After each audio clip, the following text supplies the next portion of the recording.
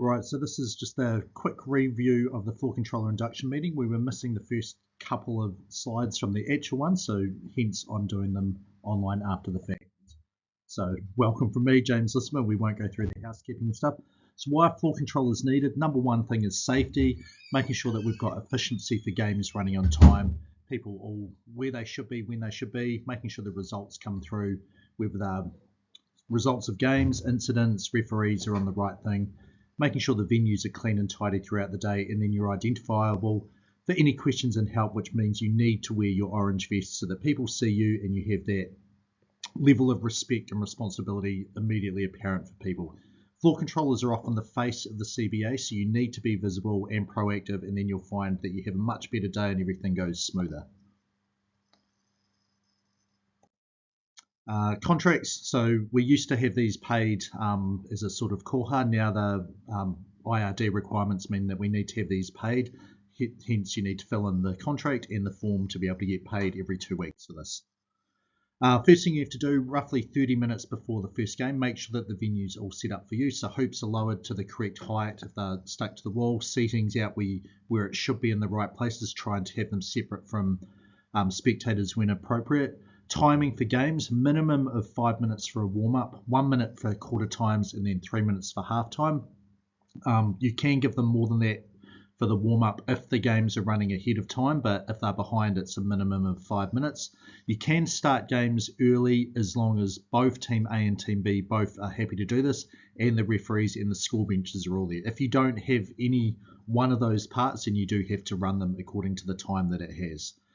Being proactive, just help people when you see something and deal with any minor issues so they don't become major ones, and roaming constantly. So every quarter break, someone needs to check in with the referees, which is the floor controller, unless there is a referee supervisor or trainer. But if there's no one else there, it is your job to just go and check in with them and make sure everything's going okay, and if they have anything that they need you to be aware of. Balls, I generally advise to use a team one, that way you don't have to ensure that it's collected at the end of the game, and the BG 3800s do tend to collect sweat over the course of the day, so using them for one game versus one ball for 5 or 6 games makes them a little bit nicer for everyone to use.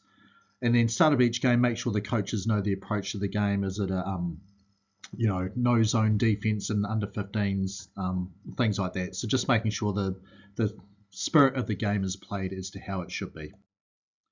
If teams are on score bench after the game, remind them of this early. So this can be right at the start of the game. Hey, Shirley Blue, remember we need 2 people from your team for bench duty after this game. And that way you're not wondering where people are trying to get the next game started. Injuries and concussions. So if there is a suspected concussion, the player should not be playing after that until cleared by medical personnel. First aid, if anyone wants to do a first aid course, we can organise this for you. If someone is injured and they're unable to continue playing the game, whether or not they go back into the game or not, just if they were unable to, that is when an injury report form needs to be completed, or any suspected concussions need to be filled in for that. So they're pretty basic, and it's just a check mark box for that. Record all the information after the game, which will be on floor controller sheets, pretty self-explanatory, and we do have an app in development which we're hopeful to have around the start of the season, where we'll be running both things side by side until we're sure that it's got everything we need and it's working. End of the day, making sure the venue's tidied and packed up. Pro tip here, get the teams to tidy up their benches after they finish. A lot of them will do that anyway, but that way you won't be left with a mountain of rubbish to do at the end. And then all the floor controller sheets, injury reports, duties, incidents, anything else, technical fouls, which Richard will talk to, send Sam in the photo of those either to her email address or iMessage. Scorebench course, so these are 3 clips that I have on YouTube. So you can send people, if they have time, to canterbury.basketball /scorebench, and that has under 3-minute videos on the 3 main roles that scorebench people will have. So get them to do that. Ideally, we'll have teams and clubs getting people to have a look at them before they come to it, so they have an idea of what to do. You'll have to watch these so you know, and just be able to teach people probably within a minute as to the different jobs. If they're totally green and brand new, then you'll have to stay there, make sure they know what they're doing, but do not take over, because it's not your job to run the score bench. It's just your job to make sure the people doing score bench can do the best job they can. Bench referees.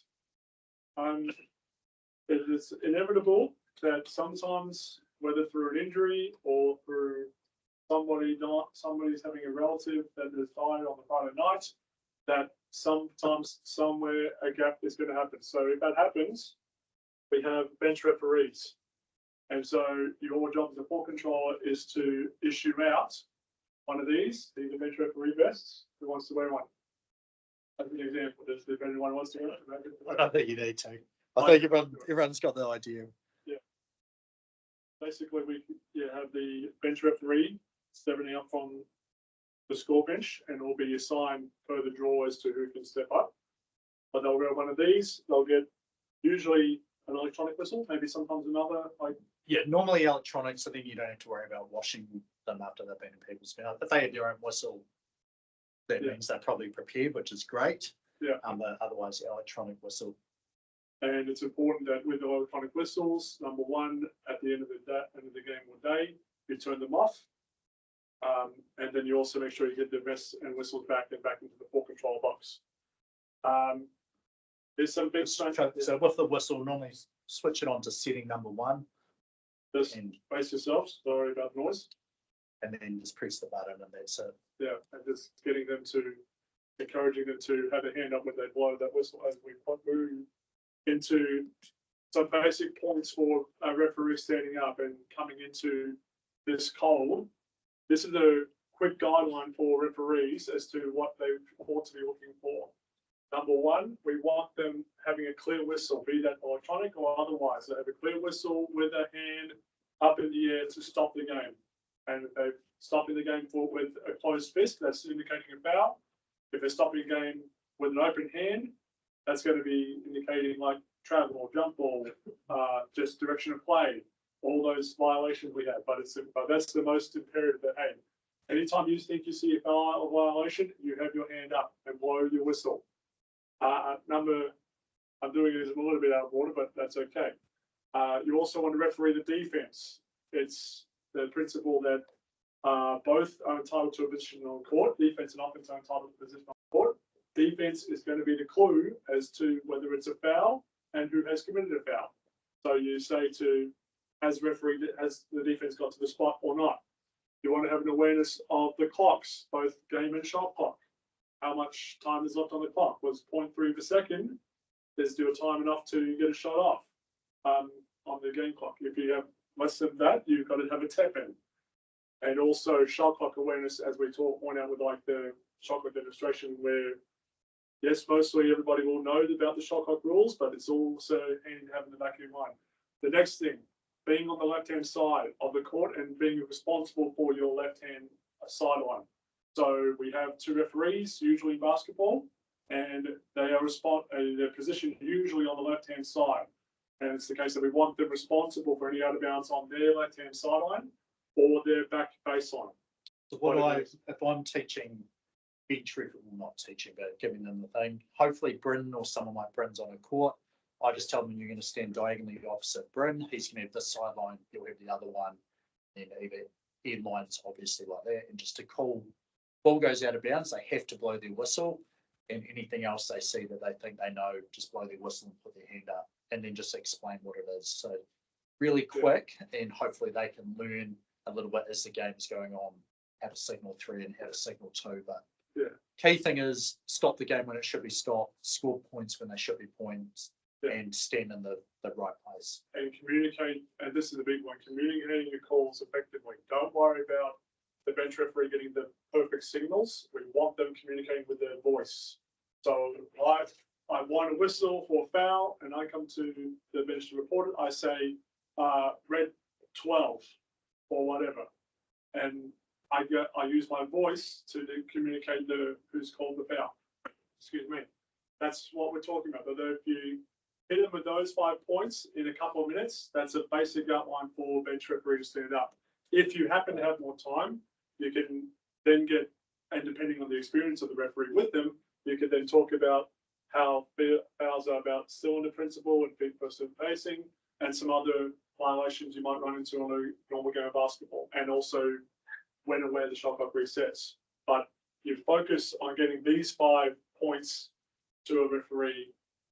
Richard will have this written, so you don't have to remember all these. It'll be like, We will have a handout written for you guys that will have info about that. So yes. And so now on to our zero tolerance policy. And our zero tolerance document is basically, we have a couple of copies here which we can give you. About 6, so maybe one to two people. If you can have that. So it's basically front and back. This is our policy for protecting referees on our younger games.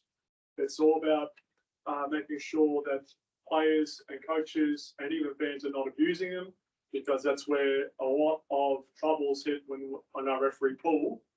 And so we're trying to discourage excessive and abusive behaviour from the likes of the coaches and players. And so this is an important part for us as sport controls and referee supervisors. I'll come to that one in a moment. We will be handing out QR codes in the first couple of weeks of under 15s. Yeah, so just little paper squares. Yeah, first week or two for the junior games, you just hand around all the spectators just a reminder there's CBA zero tolerance or team rep policy, and that's pretty much all you have to do, which is just another preventative thing to stop people abusing referees. We don't have a massive problem in basketball compared to some other sports, but we want to support referees as much as we can. We know they're not going to be perfect, otherwise they wouldn't be in basketball here, but we want them to stick with it and carry on and get to a really good, enjoy their time. And the big thing, I think, is the point number 4, preventing escalation. We're about, as sport controls and referee supervisors, preventing things from escalating. And if we can get on top of that, usually everybody will have a great experience with basketball. And then afterwards, after the game is finished, and certainly at the end of the day, we make sure we're issuing consequences and our reports accordingly. So consequences obviously for a game just as it's finished, and our reports like something like this report here, the TUD foul or technical unsportsmanlike and disqualifying fouls.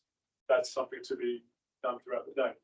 And there's other reports as well, like injury. It's all pretty straightforward. So the floor controllers, you're not issuing consequences that you've decided upon. So if someone gets a disqualifying foul and has to leave the game because that's what the referee said, floor controller's job is to do that. It's not your job to make the decision this person needs to be ejected in the player, but you can eject spectators, especially if the referee say, I'm not going to continue playing this abuse, or you can say the referee's not going to carry. Fines for teams that don't show up for bench duty, you just have to report it and send it in to us, and the client that makes the decision, then it's just making sure we get the accurate information to do, and you're just doing your job. Hopefully aren't many things. No, hopefully not. But we've got to have a paper trail. Now, to referee shirts, you're going to see that a lot of people have different colour shirts on a weekend. We typically have 3 main colour shirts at the moment. We have this one for our up and coming and younger referees, this one for our more senior referees, and then we have this one for more of our Prems type referees. So Prems and like very senior, like international type of referees. The general rule of thumb is that the darker, the younger and more inexperienced they are, and the aim is to protect the referees on the junior leagues down. We are also set to, in the coming few weeks, introduce a green whistle program similar to what Basketball Victoria is instituted around under 18s, having a green whistle to identify them and protect them as like, hey, it's a youth, this is a youth refereeing this, back off sort of thing. And so they will be down the line. Does anybody have any questions about that? And it was going to also be the case too, before I have any questions, that if you have someone with a light grey or the white, that they can be able to know a lot more what they're doing with the bench referee too. So they would be able to hopefully handle business come to you if necessary, and you can. Yeah. Don't ignore them and leave them completely. But if you feel like I've got 2 junior newbies and 2 seniors, you'll spend more of your time just being aware of the junior ones than the senior referee. Yes, Darryl, you got a question? This is prior to these shirts. With the floor controls, there will be time to time in the game where a referee may ask for your assistance, and that is only if a coach has been rejected from the game or a player has been rejected from the game. Now, the only way we can do that is by telling them to sit away from the court, which they are entitled, we can tell them to, but we cannot remove them from the stadium. It's a legal requirement. Why is So that? just be very careful on that, Why was because that we done? got challenged 2 years ago, Gotcha. and it was done at YMCA. Because Well, I actually, I guess it goes back to venues. It is a case that Yeah. The basketball rule book does say that any ejected and disqualified player must leave the stadium. Yes. Yeah. So okay. Yeah, So, so that, maybe leave the court space the same. yeah, but yes. just be using aware. common I'm sense. just making you aware of it. Yeah, That's Right, the Bishop Dale. Yeah, we had it 2 years ago. I was asked it because the coach got out of hand. The referees called me and I said, right, guy, here you are, out the door you go. It was challenged because we are the hiree, we are not the owners of the premises. So the Right. hirees cannot remove any member of the public, or we can remove Yeah, them from the no, court side. Yes. So our rules. So someone's ejected. Basically, the way to do it is Yep. you've been ejected from the game. The game's not going to continue Yep. until you've left the stadium, and then they're allowed to stay in the stadium. Yep. Although it's a CBA, which is the hiring thing, Yeah. and then the game won't be played. Their team loses by 4. So Just be aware when of it. people get that's to all. that, I know- but we don't have security members here. So Yeah. NBA, there's a fight between 2 teams that Yeah. both get sent back to their locker rooms with security people each, so they're not going to meet up and have a fight in the hallway. We don't have that, so I don't know, there's honestly very, very few fights. It's So I think very there's one last year, it might have been the year before, but you can't send both people involved in a fight outside the stadium where there's no supervision, where it might escalate further. So do use common sense. Bad one where we had to, and I just, the first player left and Yeah. then I went and that was, Yeah. and then we just. Yes. So we can keep them separate. They want to, yeah, so Yep. common sense. Common sense. Just one thing I think, Yeah. Ray, with the bench, is Yeah. at the start of the game, it's like approaching the coaches. Like we can say to them, look, we've got a bench. Yes, yeah, So, you know, Yeah. let's be mindful of that. yes, definitely, yeah. Agreed. That's it. So have I got like a minute left or what? Yeah. Okay, I'll do that. All right, so because this is basically about, the last thing I've got is, roles of people in terms of things. Obviously, you guys, ball controllers, you're the managers of the overall games in big stadiums. And, you move people Yeah, only if and when required. But we've also got referee supervisors. Their role is to be for protection for the younger referees on under 13s, under 15s, and maybe some under 17 sub games. They are there to protect. That's their primary role. They're stopping the abuse from the bans or things, bans or coaches, etc. And they're also just present, checking with the rest. Hey, how are you doing? Maybe you guys can call a little bit more, or you all good? Sweet. And then we have referee trainers who are there to teach. They'll be like the teaching and marking, just giving some like general feedback to like, hey, you can improve your mechanics and things. So they will be floating around the stadiums. Referee supervisors will be working a lot more with you guys. Ball controls, you're probably responsible for a lot of things. Supervisors are there primarily focusing on referees and protecting them. Yeah, so supervisors will generally be with young referees who don't have a life experience to, I don't know, there's a conversation which looks like it could get heated and escalate. They don't have the life experience to de-escalate that themselves. So the referee supervisor's sole job is to step in those situations and look after the junior referees. Whether they know anything about refereeing or not, it's just being a mouthpiece and protecting them. Ball controllers have a bit more responsibility, but yeah, if there's a referee supervisor there, as long as they're doing that, you don't really have to step in there. But if coach continues escalating, you can talk to the coach. The supervisor says that coach has now been ejected. You're the person which has to say, sorry, coach, I know it's a terrible decision. Well, I didn't see everything. I'm not sure of the decision, but you have to leave the stadium. Sorry. And just try to de-escalate the situation. It's not you which has sent them out. It's you which just has to send them out according to the rules. Yeah. And then, yeah, just making sure the referees get checked in each quarter. So supervisor will do that if they're there, or a trainer. If there is no referee, supervisor or trainer, that's just to be visible, roam around the stadium and be seen talking with the referees. Sometimes if there's a line spending too, it'll just be, you might be just the one, you might be in the sole role of both. Okay. Do you want to grab Laurie, just make sure he's about ready? The process is from here, so we'll make sure you know how your venue works, although you might show me how your venue works, seeing as it's not open yet. Yeah. Well, what time? Perfect. You'll have a box or a cupboard or somewhere to keep the equipment. If there is not a suitable secure place at a particular venue, or maybe it's you're working one shift and someone else is doing the other, then you just have to work out where the stuff is going to be stored with a large tote box. Richard will check in each week to confirm, yes, Julie, you're in Kashmir, or that's your sort of brings a little tin to make sure that everything's on track. You'll have the correct time that you need to go with the first games.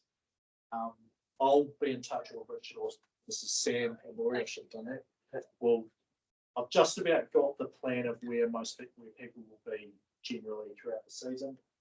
Starts April 27th for under 17A and above. Following weekend is 15s and above in all Sunday grades except for under 13s, and then that's the following 11th and 12th and 10th. Goes through until 17th August everywhere, cut down for semi-finals and finals. Sweet. I'm up. You're up. Oh, thank you. Can you flip the PowerPoint for me? Yes. Is it the one? Hi. Yes. Yes. Yes. Sure. Kia ora, everybody. My name is Laurie. I work for Basketball New Zealand. And I'm a people developer, which is a super fancy way of saying I just help people be good at stuff, ideally. Right. So one of the things I do is just chat around lots of different stuff. And one of the things, or what I'm going to talk to you today, is about the art of managing challenging moments, right? So what I'd like you to do just for 1 minute is chat to the person beside you about, in the role of a floor controller, do you foresee a challenging moment potentially popping up? Just chat to someone next to you about a challenging moment that you think might pop up.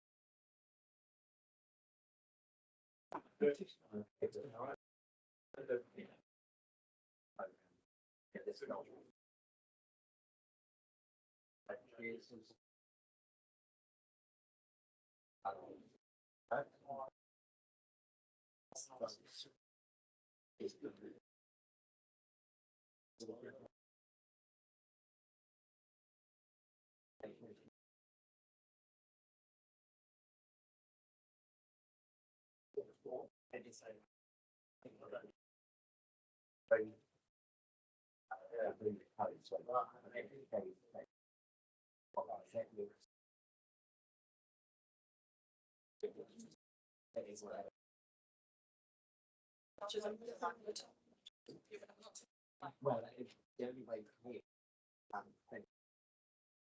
Yeah.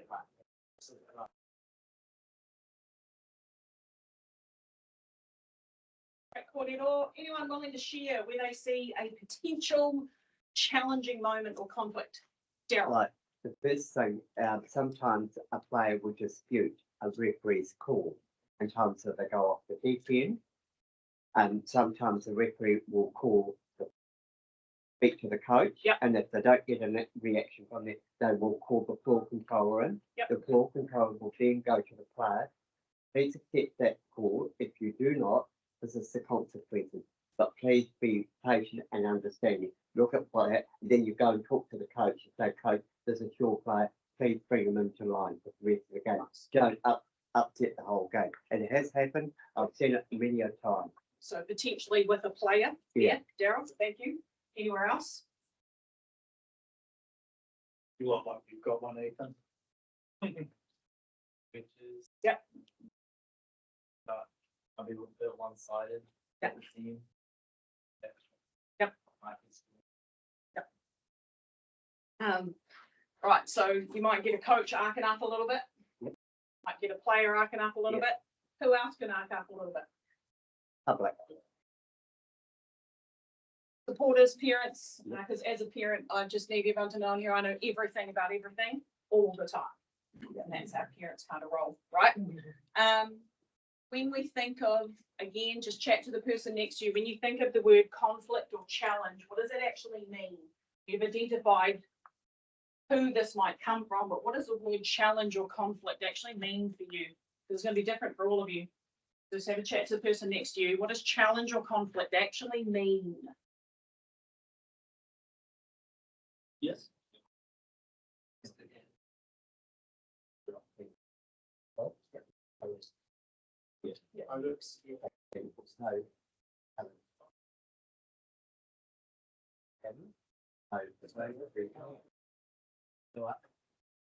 Hopefully we'll be able to stand like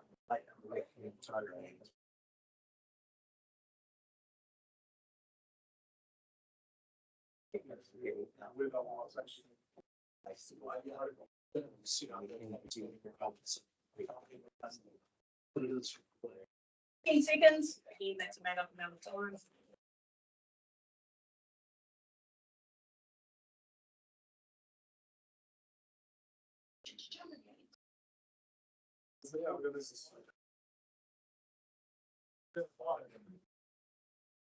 Anybody want to share what challenge or conflict is for them?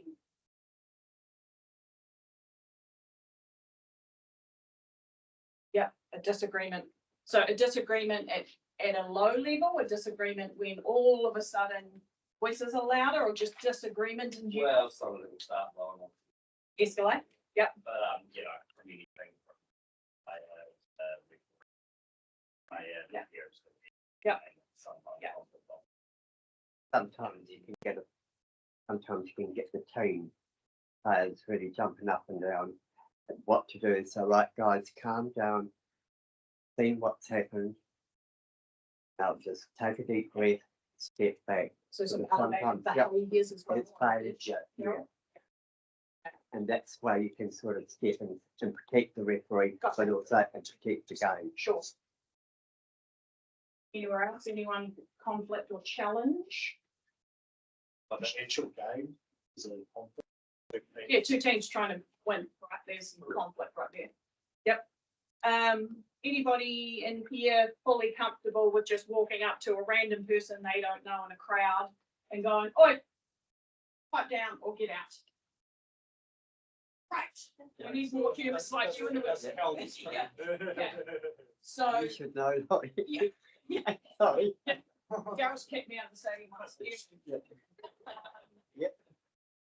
I did it many years ago. But it was, Yes, you do. it was the heat of the moment thing, that's what it was. And I said, right, could you leave? And I said, sure, Sure, and I'm yeah. sorry, Daryl, didn't I? Yeah. Yeah. Okay, so what is the ultimate worst case scenario conflict that may occur for you as a floor controller? 5-on-5 ball. Boom, there you go. That could be, of which all of a sudden you're maybe involved in. Right? Yeah. So that's kind of worst case scenario. What might be the most regular kind of conflict you might experience? What? Not agreeing with the call. Not agreeing with the call when the player arc up, Yeah. the coach arc up. Yeah, maybe a spectator. Yeah. Okay. So if we're keeping that in mind, how do you reduce those things, those arc ups from happening? What are some ways you could do that? So again, just talk to someone. Are there some ways you think you could reduce those little arc ups from happening? Just have a quick chat about it. Maybe you're like, I don't know, and that's fine. Are there some ways you could reduce the chance of conflict? Feel like we talked about so.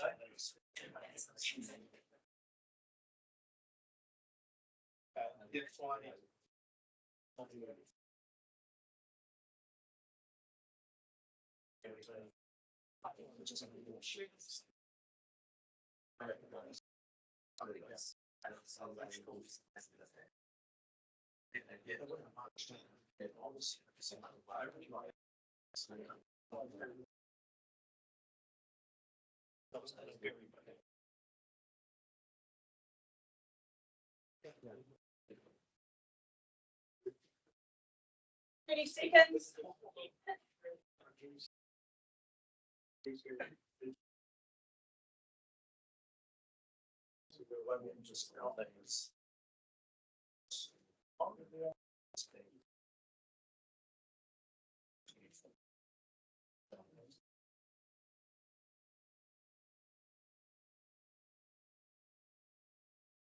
C.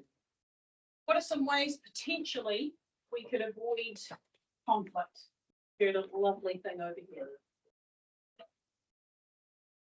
Yeah. So what could consistent communication look like for you as a floor controller?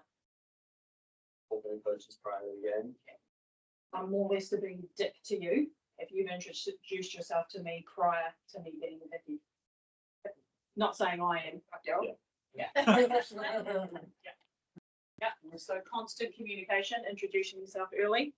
But also be calm, 100%. calm, and you can talk to the individual, say, hey, this is what the decision is, respect it. Yeah. I understand where you're coming from, but just remain calm, and 9 times out of 10, that brings everything down.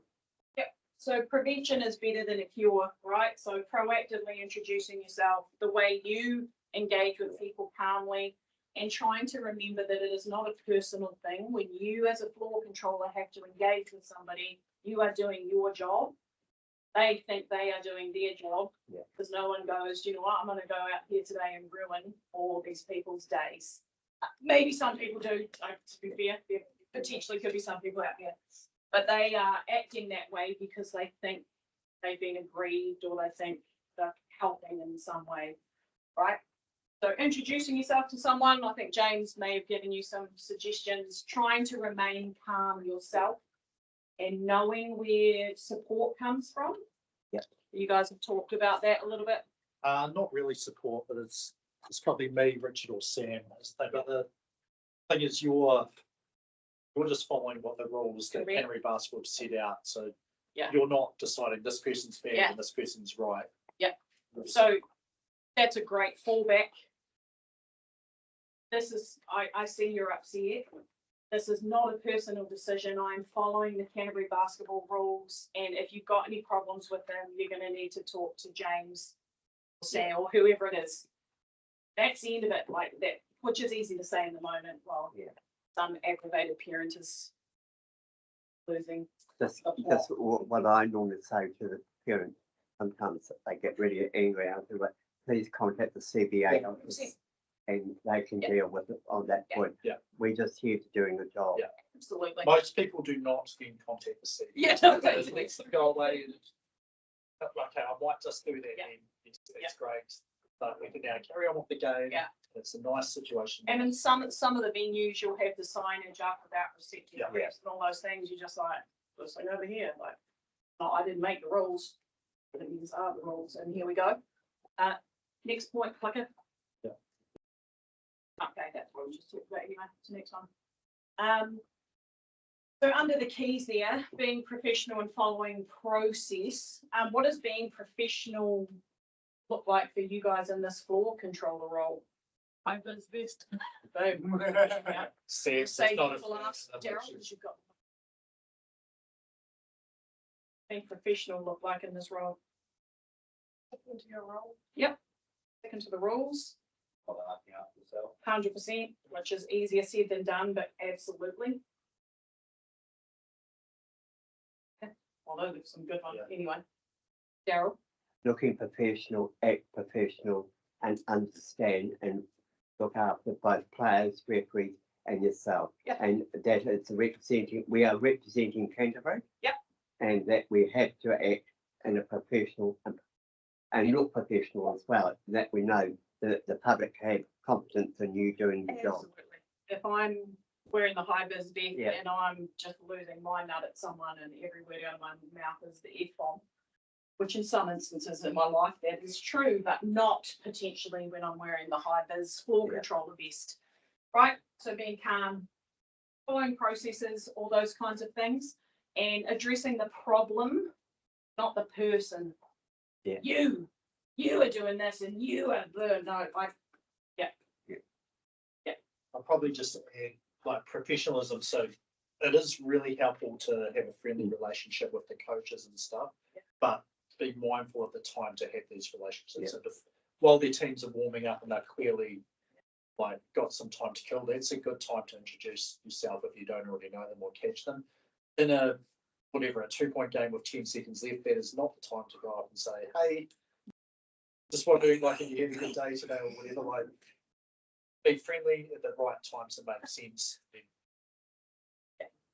in the ideal world, you go through the season and you don't ever even Yeah. have to consider this because you have been proactive and you introduced yourself, you've remained calm and you followed rules and nothing ever arcs.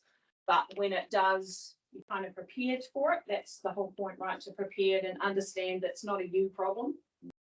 Someone's done something they shouldn't, that's outside the rules. It's not a you problem. You've not done anything wrong. And if you've taken some steps early to try and address it and you've remained calm, how that person behaves is not a reflection on you at all if you've done everything that you're supposed to have done. And ideally, you never have to worry about it. Yeah. Like it just doesn't happen. But I would, as a coach myself, I am much less likely to arc up if someone has come and I know your name to begin with. I know your name. You're a person now. That might seem a bit ridiculous, but it's true. Same thing with referees. Yeah. I know your name. I've talked to you before. I'm less likely to arc up. I'm not saying it's everyone, but being a human, being a person, interacting with another person can go a long way. Anybody have any questions about conflict or challenging moments? This is a massive mini crash course scenario. It used to be way longer, but then people were like, man, is the whole job just dealing with it's all the time, which is I not. want to do it. Don't I think this is the first time in my career Yeah. that I've done that we've actually sort of got backup and we can go and talk to Nice. you guys. So look, we were having issues every week, blah blah blah. Yeah. How do I fix deal with it it. Yep. and how I deal with it? And I think that I'll have to congratulate you that this is the first time that we've had something like this for a long, long time. It needs to come. But because we can go away and do our job, at least we know we've got backup and we've got that support That's at great. the background. Good job, CBA. I'm just Yeah. here as a helper. Yeah. That's not Yeah. me, but yeah, excellent. But in that regard, if I'm ever in the gym you're in, you're Yeah. most welcome to use me as a Basketball New Zealand person to be like, can you help with this? Yeah. I certainly will help with Yes. that. And happy to. And there'll be other coaches and people from clubs and we've got community champions and things from other club. Other people would be willing to help too. Again, not trying to catastrophize here that you're going to need all this backup and bodyguards and whatnot, but it's good to know you're not alone and everybody appreciates the fact that you guys are willing to do this. Yes, you get paid for it, and yes, it's a job, but you are being a massive contributor to the success of our Canterbury basketball program, club competition, which is there's not one like it in the whole of New Zealand. Yeah. We do an excellent job, and the fact that you're a supporting member of that is amazing. And we couldn't, I coach, and I couldn't do that if you guys didn't do your role. So thank you very much for that. Can I just make a suggestion? Of course, you can, Possibly, once a month, possibly, we all could get together as a talk and issue out things that we don't need to bring our baggage to you guys, Yeah. but we can talk it as a group. And then if we can't resolve it, then we can come to you guys. Yeah, if you're seeing some, Yeah, if you want to, yeah, but I Common don't want things. stuff coming to me. No, no, Yeah, but yeah. what I'm saying is the fact that we all at different venues, right? And Yep. venues do, different venues operate slightly differently. absolutely. So that way we can all talk together and say, oh, this, and this. Yep. And then if we're not 100% sure, well, we'll come to you guys and have a wee talk and see what. Maybe James can James. sort out a way. Yeah, if- I'll stay. If and when, yep. I know Yeah. that I'm That'll extremely sound good, busy during the season. Yeah, Yeah. it's just Like it's just a suggestion. That's Yeah, all. yep. Just Yeah, to good help one. everybody out. Probably the only thing I did anyone see about the rugby game that was abandoned with like shotguns fired? So that does not happen in basketball. Like Yeah. we don't want it to ever happen in basketball, which is why we're, I guess, like going through all these things to try and minimize and de-escalate situations without it ever getting to that stage. It never has happened for basketball. Like We hope it never does. yeah, so I think on these things and on what James is saying there, if even, and this is a separate thing, but if you want to take it, if you are just surveying all the time and like kind of going, oh yeah, we've got a green light, everyone's doing what they're supposed to. Oh shit, there's a couple of yellows over there. That coach, it's the third time I've seen them kind of arc up. And at a downtime, not terribly, but if that continues, it's going to become a problem. At the time, at the half time or quarter time, just going, hey coach, I see you're a bit upset. Just we don't want this to go any further. Are you doing okay? Do you need some time or whatever? So you're trying to address people before they get in the red. So red is I'm lost the plot now. I'm not coming down. You can address things in the yellow or bring it to a ref's attention. That's going to help you too. Sometimes you can't, and maybe you're not comfortable, and that is what it is too. But just thinking that way, like scanning your gym. Sweet, we're in a green sitch. Oh no, we've got a couple of yellows on the same court. Have a chat to the refs or. Yeah, again, thanks so much. Appreciate your time and letting me whirlwind in here and spin around in a little chair in the middle. it's my ACC chair. So, Yeah. so it's been used for 2. Appreciate it. Right, just checking we've covered everything. So we have this, so you're easily identifiable and have the power. Set up everything at the start of the day. So when it's 9 o'clock or whatever the time the first games start, you're not thinking, like, how come the scoreboard's not working? You've got it all working as early as you can. That may mean when teams come in, sorry, I can't help you at the moment until I've got everything set up, because people will see you. So maybe you don't put this on until you've got all that set up. Just help the teams on the iPads to make sure their teams are selected. So double check and ask them if Fox is coaching his Christ Grey team. Double check, are those numbers all correct? Because they will probably be wrong the first week or two until people start realizing, oh, if we save them properly, then it continues through. Ensure the games are running as close to time as you possibly can. Cannot start before the scheduled time of a game. So that means that, hold on, that means 35 minutes to warm up. That means they can have 35 minutes to warm up unless referees for that game score bench and both teams actually want to tip off earlier, then by all means go ahead. But if there's one of those things where like I'm coming for a 12:35 game, you can't start the game at 12:05 unless all those things are ready. Just got one question Yeah. for the referees. The referees should be there about quarter of an hour before their game, correct? Ideally, in an ideal world, Yeah. yes. And Because Yeah. I've had from time to time I've had to hold games up with Yeah. referees Yeah. don't turn up to the last minute, 1 minute Yeah. before a game. Yeah, so when that happens, please send that through on your Yeah. report so Richard can. Score bench, make sure people know which job they're doing and the key, Yeah.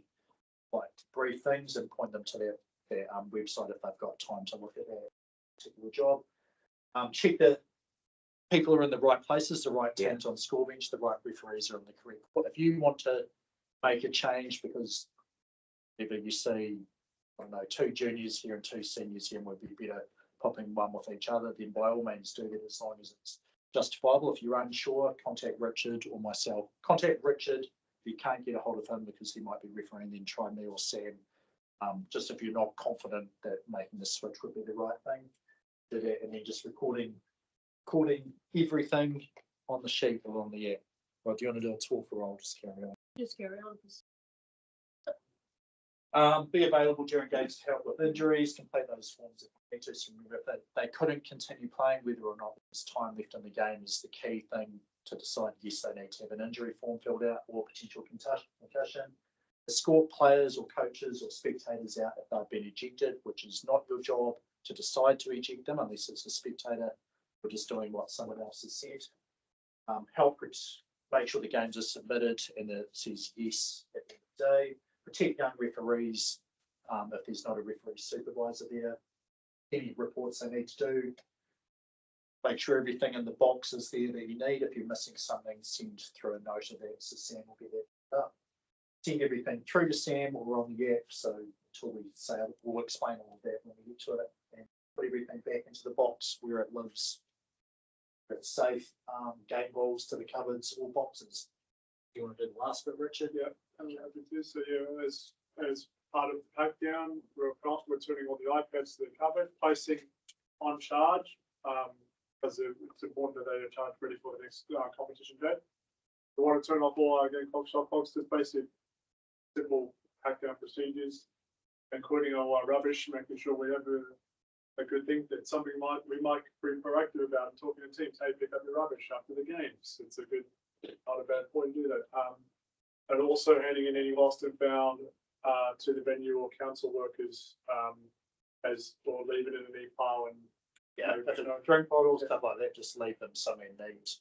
Yeah. If it's expensive stuff, then it's not too large, pop it in the box and you'll probably have someone asking.